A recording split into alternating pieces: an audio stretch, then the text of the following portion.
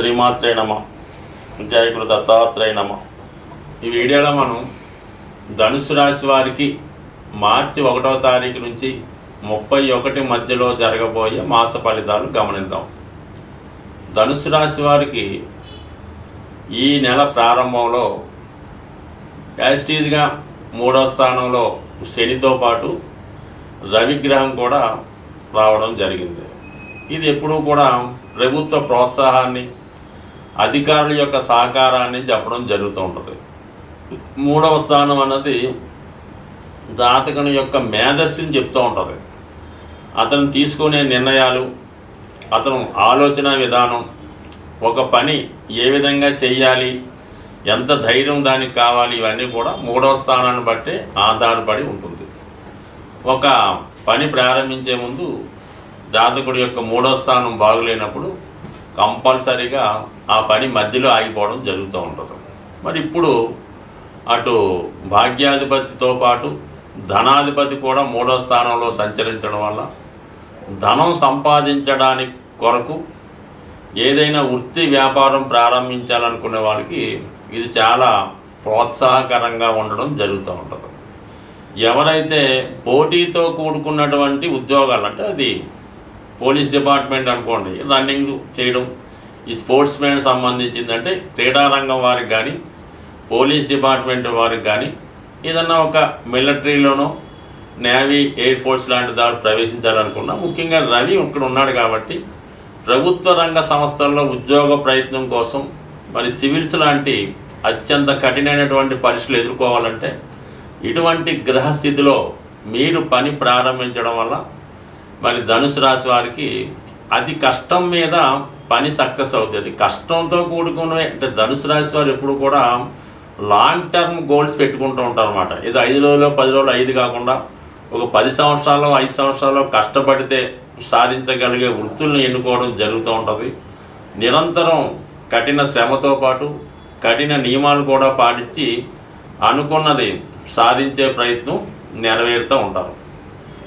ఈ విధంగా ఈ ధనుసు రాశి వారు మరి వాటి పేరులోనే ధనుసు రాశి ఉంది కాబట్టి ఒక అర్జునుడు, ఒక అశ్వత్థామ ఎంత కఠిన ప్రయత్నాలు చేస్తూ ఉంటారో, ఎంత కఠిన నియమంగా వాళ్ళు అనుకున్నది సాధిస్తారో, ఇవన్నీ కూడా ప్రస్తుతం ఈ రాశి వారికి 3వ స్థానంలో ఉన్నటువంటి మన శని ప్లస్ రవిగ్రహాల ప్రభావం మీరు మీ యొక్క ప్రయత్నానికి ఇవి చక్కగా సహకరించడం జరుగుతూ ఉంటుంది. ఇక్కడ ఇది కొన్ని రోజులు మాత్రమే ఉంటుంది.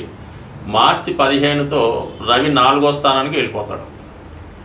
ఈ మార్చి 29తో మళ్ళా మీకు అర్ధాష్టమ శని ప్రారంభం అవడం జరుగుతుంది. అంటే గత 2.5 సంవత్సరాలుగా మీకు అనుకూలంగా ఉన్నటువంటి శని భగవానుడు ఈ నెలతో మరి 4వ స్థానంలోకి అర్ధాష్టమ శనిలోకి ప్రవేశిస్తున్నాడు.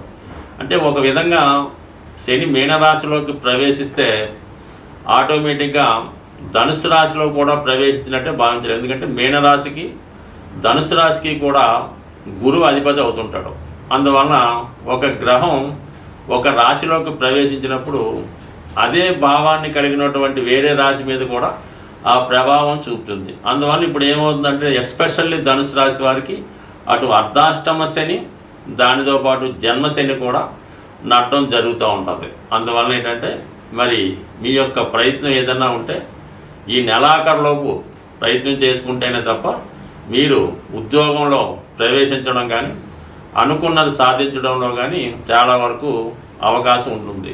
పొరపాటున మీకు మీ అర్హతకు తగిన విధంగా మీరు కోరుకుంటున్నటువంటి ఉద్యోగం ఈ నెలాఖరులోపు రాకుండా ఉంటే, అంటే మార్చి నెలాఖరులోపు మీరు ఏదో ఒక ఉద్యోగంలో చేరకుండా ఉంటే కంపల్సరీగా దాని తర్వాత మీరు మళ్ళీ ఉద్యోగం సంపాదించడం అనేది చాలా కష్టం అవుతుంది. కాబట్టి చిన్నదో పెద్దదో మీ అర్హతకు తగినదో కాదో ఏదో ఒక ఉద్యోగంలో వీలైతే మార్చి 15లోపు చేరండి. అంతగా కాకపోతే నెలాఖరులోపన్నా చేరండి తప్ప దాని తర్వాత మాత్రం చాలా కష్టపడవలసి ఉంటుంది. ఇక మనకి 4వ స్థానంలో శుక్రుడు, బుధుడు, రాహు, ఈ ముగ్గురు కూడా గొప్ప మిత్రులు అన్నమాట. అటువంటి మిత్రులు 4వ స్థానంలో ప్రవేశించడం వల్ల ఈ సమయంలో మీరు మీ స్థాయి కన్నా గొప్పదైనటువంటి ఒక గృహం కొనుక్కోవడం కానీ, ఒక ఖరీదైనటువంటి లగ్జరీ కార్ లాంటిది కొనుక్కోవడం కానీ జరిగే అవకాశం ఉంది. అలాగే ఒక విహారయాత్ర, ఒక వినోదయాత్ర అంటే బాగా లగ్జరీతో కూడుకున్నటువంటి ప్రదేశంలో స్టే చేయడం, అక్కడ సకల సౌకర్యాలు కలిగినటువంటి 5 స్టార్ హోటల్స్ లాంటితో స్టే చేయడానికి ఈ గ్రహస్థితి మీకు అంటే మీలో ఉన్నటువంటి సరదాలు తీర్చుకోవడానికో, కోరికలు తీర్చుకోవడానికో ఈ గ్రహస్థితి ఒక లగ్జరీ లైఫ్ ఇవ్వబోతుంది. అయితే ఏదన్నా మాత్రం ఈ శుక్రుడు షష్టాధిపతి అవడం వల్ల కొంతవరకు మీ స్థాయికి మించి ఖర్చు అవ్వడం జరుగుతుంది. కాబట్టి కొంత అప్పు చేయడం కూడా జరుగుతుంది. ఈ కారణం వల్ల ఈ ఖర్చుల్ని అదుపులో పెట్టుకోండి. మీ బడ్జెట్ని జాగ్రత్తగా ప్లాన్ చేసుకోండి. మీరు నెలకి ఎంత ఇన్స్టాల్మెంట్ కట్టగలరో అంతకే రుణానికి వెళ్ళి అటు గృహం అయినా ఒక వాహనం అయినా కొనుక్కోండి తప్ప ముందుగా ఊహల్లోకి వెళ్ళిపోయి మనం ఇప్పుడు ప్రస్తుతం నెలకు 3 లక్షలు సంపాదిస్తున్నాం, ఒక నెక్స్ట్ ఇయర్ ఒక 5 లక్షలు సంపాదించవచ్చు, అప్పుడు ఈజీగా కట్టవచ్చని మీ కమిట్మెంట్ నెలకి 4 లక్షలు పెట్టుకుంటే మొత్తానికి ఉన్నది అది కూడా పోయే అవకాశం ఉంది. కాబట్టి ఆర్థిక క్రమశిక్షణ మాత్రం ధనుసు రాశి వారికి కంపల్సరీ. పొగడ్తలకి లొంగకుండా మీ స్థాయిని మీరు తెలుసుకొని ఉన్నంతలో ఖర్చు పెట్టుకుంటే మీ అంత సుఖమైన జీవితంలో మరొకటికి రాదు. స్వస్తి. ఇప్పుడు ఈ మార్చి నెల రాశి ఫలితాల్లో ముఖ్యంగా ఏంటంటే శుక్రగ్రహం ఉచ్చస్థితిలో రావడం వల్ల కామన్గా ఈ యొక్క లోకంలో అంటే ఈ ప్రపంచంలో లేదంటే మన సిటీలో మనీ రొటేషన్ అన్నది బాగా పెరగడం జరుగుతూ ఉంటుంది అన్నమాట. ఉచ్చులో ఉండడం అంటే ఖరీదైనటువంటి సౌకర్యాల కోసం అందరూ తాపత్రయపడడం వల్ల మనీ రొటేషన్ పెరుగుతూ ఉంటుంది.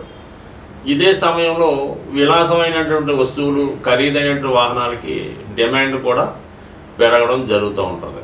ఈ అందరూ కూడా ఏదో ఒకటి కొనుక్కోవాలి, సంపాదించుకోవాలన్నటువంటి విషయంలో ఉంటారు. దాని కొరకు ఏంటంటే ఈ శుక్రుడి యొక్క అనుగ్రహం మనం పొందాలి, శుక్రుడు అనుకూలంగా ఉండాలంటే శుక్రుడి యొక్క అధిదేవత అయినటువంటి లక్ష్మీ అమ్మవారిని మనం ప్రసన్నం చేసుకోవాల్సి ఉంటుంది. ఈ లక్ష్మీ అమ్మవారిని ప్రసన్నం చేసుకోవాలనుకుంటే మరి కొంతవరకు శుక్రవారం అంటే కొంత ప్రాంతాల్లో గురువారం కూడా అమ్మవారికి ఇష్టమైన రోజుగా చేయడం జరుగుతూ ఉంటుంది. బట్ ఓవరాల్గా శుక్రవారం అన్నది ఒక ముఖ్యమైన రోజుగా ఎన్నుకొని ఆ రోజు వరకు చాలా నియమంగా బ్రహ్మచర్యాన్ని పాటిస్తూ శుచిగా శుభ్రంగా ఉంటూ ఒక నిర్దిష్టమైనటువంటి సమయంలో కనకదార స్తోత్రం కానీ, లక్ష్మీ స్తోత్రం కానీ, శ్రీ సూక్తం కానీ పారాయణ చేయవలసి ఉంటుంది. అంటే పారాయణ చేయడం కూడా ఎలా ఉంటుందంటే మనం ఏదైతే చదువుతామో దాని అర్థం కూడా కొంతవరకు తెలుసుకొని చేయడం వలసి ఉంటుంది. అలాగే మీ గృహంలో ఒక ప్రశాంతంగా శుచిగా శుభ్రంగా ఉన్నటువంటి రూమ్ని ఎన్నుకొని లక్ష్మీ అమ్మవారి ఫోటో పెట్టుకొని ఎరుపు రంగు పూలతో అమ్మవారిని అలంకరించి ఒక వెండి గ్లాసులో పాలు నైవేద్యంగా పెట్టి ఆ పాల్లో ఏదో ఒక పటిక బెల్లం ఏదో వేసి తేనె కానీ వేసి అమ్మవారికి తేనె కూడా సమర్పించి ఆ ప్రసాదాన్ని మీరు మీ కుటుంబ సభ్యులు మాత్రమే తీసుకోవాల్సి ఉంటుంది. ఆ విధంగా తీసుకోవడం వల్ల చాలా వరకు ఆర్థిక పరంగా అంటే మీ గృహం రోజు రోజుకి మంచి ఇంప్రూవ్మెంట్ రావడం జరుగుతూ ఉంటుంది. అలాగే కొంత అమ్మవారికి ఇష్టమైనటువంటి వస్తువులు సింపుల్గా ఉంటాయి, అంతే ఏమీ లేదు. తెలుపు రంగు గవలు అంటే సముద్రంలో ఉండే గవలు ఒక 11 తీసుకొని ఆ 11 కూడా ఒక మంచి పసుపు రంగు వస్త్రంలో మూటగా కట్టి మీ యొక్క క్యాష్ బాక్స్లో పెట్టుకోండి. లేదంటే గోమతి చక్రాలు ఈ రౌండ్గా ఉంటూ మరి వాటి మీద ఈ యాంగిల్లో క్లాక్ వైజ్లో సింబల్ అలాగా ఉంటుంది. అవన్నీ సరే ఒక 11 తీసుకొని మీ యొక్క వ్యాపార సంస్థలో పెట్టుకోవాల్సి ఉంటుంది. ఈ విధంగా చేసుకోవడం వల్ల సాధ్యమైనంత వరకు మీకు ధనయోగం కలవాలంటే శుక్రవారం రోజు పులుపు అన్నది నిషేధించడం మంచిది. అంటే పులుపుతో చేసిన వస్తువులు అవి తినకుండా మీరు ఆ రోజు నియమంగా ఉండడం వల్ల చాలా వరకు అభివృద్ధి అవకాశం ఉంది. బట్ అలాగే మీ గృహంలో ఒక కలశం అంటే చెంబు కొన్ని ప్రాంతాల్లో కలశం అంటారు. అది రాగితో తయారు చేయనటువంటి కలశాన్ని తీసుకొని దాని నిండా సమృద్ధిగా శుభ్రమైనటువంటి వాటర్ వేసి అందులో కొద్దిగా పసుపు ఉంచి వీలైతే పీచుతో ఉన్నటువంటి కొబ్బరికాయ ఒకటి ఆ కలశం మీద ఉంచి ఇంచుమించుగా వారం అంతా కూడా దాన్ని జాగ్రత్తగా ఉంచి మళ్ళీ నెక్స్ట్ వీక్ కొత్తది పెట్టుకోవడం వల్ల అది ధనాకర్షణ యంత్రంగా మారి మీ యొక్క వ్యాపార సంస్థను కానీ మీ గృహాన్ని కానీ చాలా వరకు ముందుకు తీసుకెళ్తుంది. అయితే ఇటువంటి కలశం పెట్టుకున్నప్పుడు అపవిత్రమైనటువంటి కార్యక్రమాలు ఏమీ కూడా జరగకూడదు. అంటే సిగరెట్ కాల్చడం, ఇంకో మందు తాగడం, లేదంటే ఇంకొక శృంగారం చేయడం, ఇవన్నీ కూడా అంటే ఏదైతే అమ్మవారికి ఇష్టమైతే ఉండదో అవన్నీ నిషేధిస్తూ నిరంతరం ఏదో ఒక సుగంధం అంటే అగరబత్తి అవ్వచ్చు, పచ్చకర్పూరం చల్లవచ్చు, లేదంటే ఆ వాసన అంటే మంచి ఫ్రాగ్రెన్స్ ఆ ఉన్న ప్రదేశం అంతా ఉండడం వల్ల కంపల్సరిగా మీకు ఆ పాజిటివ్ వైబ్రేషన్స్తో చాలా మంచి అంటే మీరు ఆ యొక్క యంత్రాన్ని ఆ యొక్క కలశాన్ని ఎంత పవిత్రంగా చూసుకుంటే అంత సక్సెస్ మీకు రావడం జరుగుతూ ఉంటుంది. ఎక్కువగా మాత్రం ఎప్పుడూ కూడా ఏదో ఒక అగరబత్తి కానీ సువాసన వెదజల్లి అనేక రకాలు పెర్ఫ్యూమ్స్ అవి వస్తున్నాయి కదా, అవి ఎక్కువ వాడటం వల్ల మంచి జరుగుతుంటుంది. అంటే చాలా వరకు అంటే వ్యక్తిగతంగా మీరు కూడా పరిశుభ్రంగా అంటే కామన్గా రోజుకి 2 సార్లు స్నానం చేస్తూ ఎక్కువగా స్ప్రేలు సెంట్లు వాడటం వల్ల అంటే ఒక ఐడెంటిటీ ఒక శుచి శుభ్రత మీలో కూడా ఉండడం వల్ల కామన్గా అక్కడ అమ్మవారి స్థిర నివాసం ఏర్పడి ఉండడం జరుగుతుంది. స్వస్తి.